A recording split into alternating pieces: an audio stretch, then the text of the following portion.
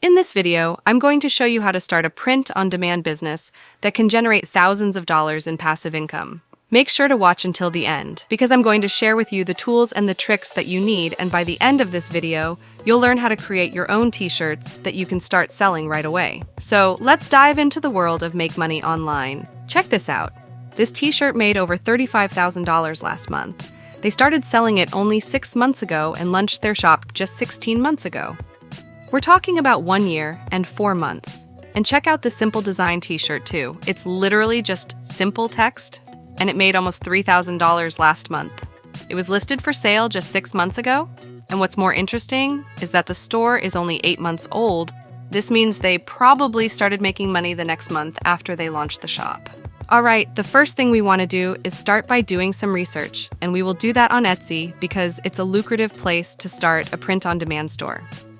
If we look at the analytics, you can see that the total visitors in the last month alone were 405.5 million, making Etsy an attractive platform for this business model. To start our research, we'll use an extension to help us. Click the link in the description to hop on this page. Begin by creating an account. Click Sign Up for Free. It will take you to a page where you need to provide your information, name, and email. Choose a password and click Sign Up. Just like that, we've created our account. Now it will ask you to install the EverBee extension into your browser. Click the Add to Chrome button. It will take you to the web store where you can install the extension. In my case, I'll head over to my EverBee account because I want to use the keyword research tool. Here is the dashboard. On the left side in the research tools, I will go to the keyword research tool. The volume shows the average monthly searches for that keyword, and the competition metric tells us how many listings are competing for it. For example, the keyword gifts has over 42 million listings. The keyword score is what we want to focus on because it shows the ratio between search volume and competition. A higher score means it's easier to rank for that keyword, and a lower score means it's harder. In this case, the score is 0, which makes sense since you're competing with over 42 million listings on Etsy. Right now, the keywords are sorted by volume, which you can see by this arrow right here. So with that in mind, let's proceed with the research. Choosing a niche is up to you and what you like because there is something to sell in almost any niche. Once you choose the niche, then you can proceed with finding the sub-niche. For me, I'll probably choose a niche for women or both genders. I'll go to ChatGPT and ask for 5 t-shirt niches for women. You can ask for more, but I'll just ask for 5. So, I'll tell it, give me 5 print-on-demand niches for women, and it will suggest 5 niches. I think I'll go with the health and wellness niche. Then I'll ask it to give me 10 search keywords around that niche by saying, give me 10 keywords on the health and wellness niche for women. Alright, I'm going to copy the body positivity keyword and head over to the keyword research tool. I'll paste it into the search bar and hit search. As you can see, this keyword has a good search volume, over 2,000 monthly searches and low competition, which explains its high score. So I'll just click on it to copy it and go to Etsy. I'll paste it into the search bar, keeping it as is and adding shirt at the end. You can browse through and see the current best-selling shirts for that specific word. Some have positive messages or quotes, and some have designs, or both. Since we already know this is a good keyword to rank for, we'll go with one of those designs that already ranks on Etsy. By scrolling, I can see those simple t-shirts with this handwritten type font are doing really well. They have a lot of positive reviews, and you can see they're all from different stores, so I think this design is really good. I'll make something similar. For the designing process, we'll be using Kittl for a couple of reasons. I already made a walkthrough in my previous video, so make sure to check it out. As I said, one of the reasons is it's easy to use and create designs, and they're constantly adding new features and tools. Secondly, it will help us create those mock-ups for our design where we can upload later to Etsy. So with Kittl, you have everything in one place. You can start from scratch, as I explained in my previous video, but for this one, we're not starting from scratch. There are already tons of templates on the homepage to choose from. I'll click on the cute t-shirt template since it looks pretty close to what we want to create. Scroll down and you'll start to see some ideas forming. Those handwritten fonts are similar to what we saw on Etsy, so I think this one here is a good starting point. Let's click on that. As I mentioned earlier, looks like they've just added a new feature called brand styles to maintain brand consistency. That sounds like a very handy feature, and I'll make sure to check it out later. Speaking about new features, I want to share with you this super handy feature, the eraser tool. This will help you remove elements you don't want in your image. For example, let me show you how I went from this picture to this picture. As you can see, I just erased this flower stem. First, I searched for flowers in the Images tool and dragged this image to my project. I scaled it up, and while it's selected, you can see the eraser tool icon at the top. After choosing that, you can just left-click and remove anything you want. After removing the element I wanted, all that's left is fixing the background. I went to the Elements section and added a square to the project, then adjusted its size. From the Layers panel, you can reorder the layers and put the square behind the image. After that, I changed its color using the eyedropper tool, picking the color from the original image. You can group them together, and that's it. Alright, let's continue the tutorial. Now, a few things about this project. Everything here is editable. Starting with colors, you can see all the project colors right here. Just hover over them and pick anyone to change its color. And if you mess up, no worries, just hit the undo arrow.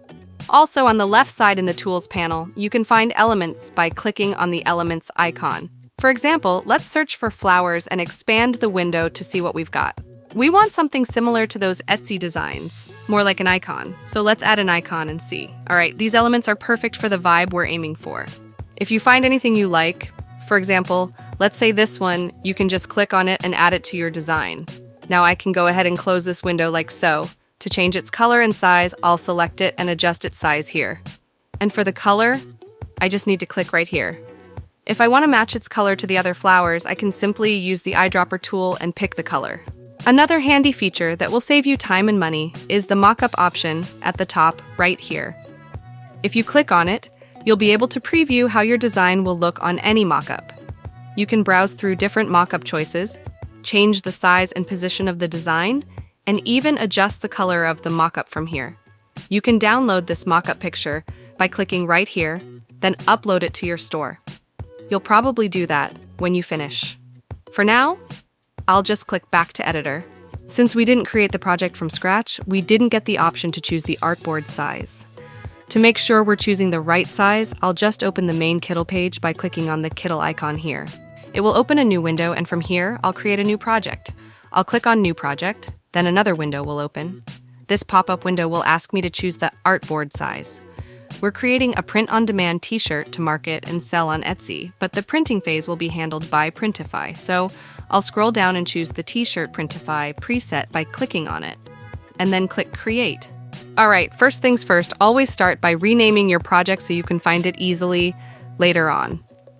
I'll adjust the zoom level to fit the artboard nicely. Now I'll select all of my design elements like this and copy them. Next, I'll navigate back to the t-shirt artboard I just created and paste everything here. It's a bit challenging to place it in the middle, but if I use the position adjusting tool, it will mess up the design. Instead, I'll right-click on the design and group them. Then I'll center them vertically and horizontally like so. After doing that, I can ungroup them to edit them separately, and they're perfectly centered right now. I'm not going to spend much time crafting this design, so I'll just edit the text.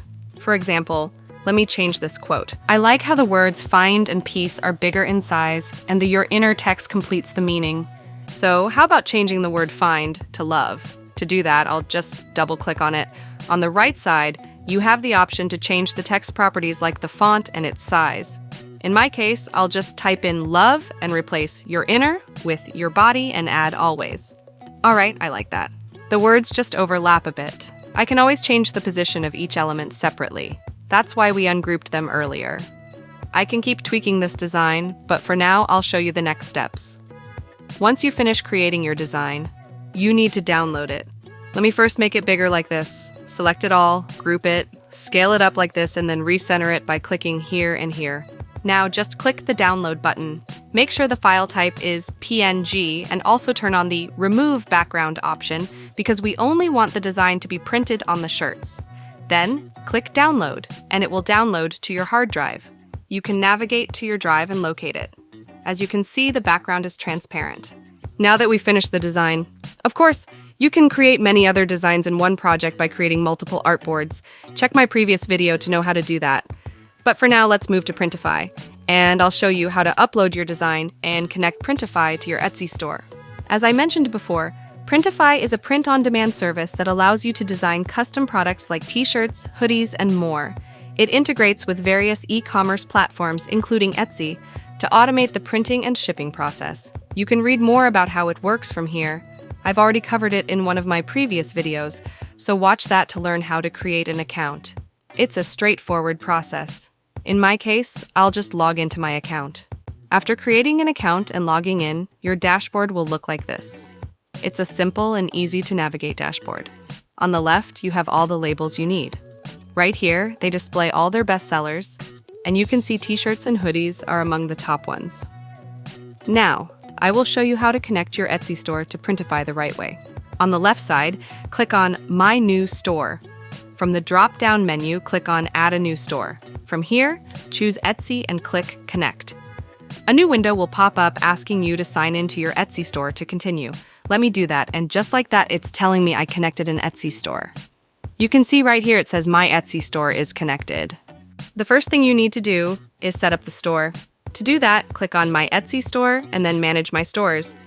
Right here, you can see all the stores that you have connected to Printify. To adjust the settings of any store, just click on the gear icon next to it. Right here, you can change the name of your store to match your brand because this is what will be printed on the shipping labels from the print providers. Then click Save. For the ship address, you can just leave it as the Printify default address. Next, we have the order settings. The first option is order routing. You can see right here it says, this feature automatically routes eligible orders to the most suitable alternative print provider if applicable. So basically, if your preferred print provider is out of stock for a specific item, Printify will automatically switch the order to an alternative print provider. It's usually better to leave this option off so you can have control over which provider handles your orders. Now let's talk about order approval. This is where the automation happens. When someone places an order on your Etsy store, you can choose when the orders get approved so Printify can start printing the item. By default, it's set to approve automatically after 24 hours. But it's actually a good idea to choose the option Orders Approved at a specific time every day. This makes the process automatic but also gives you a bit of control. This way, you know that every day at that specific time, the orders will get approved. If you need to make changes or check the orders before they're approved, you have the chance to do that. So, pick a time that works best for you. For tracking notifications, keep it set to Receive as soon as it is available. This way, you'll get updates on the shipping status right away. Lastly, there's the option for delayed orders. It says, Send delayed orders to production automatically. It's better to choose this option so that if something is out of stock, it will automatically send the orders to production once it's available again. The last option is for email notifications. If you want to get updated on your orders via email, you can choose to enable this. It's up to you. Then click Save. All right, those are some essential settings you need to set up. Now, let me show you how to upload your designs to Printify. First, I will click on the dashboard. You can choose any item from the best sellers, or you can click on Catalog and choose the one that fits your niche.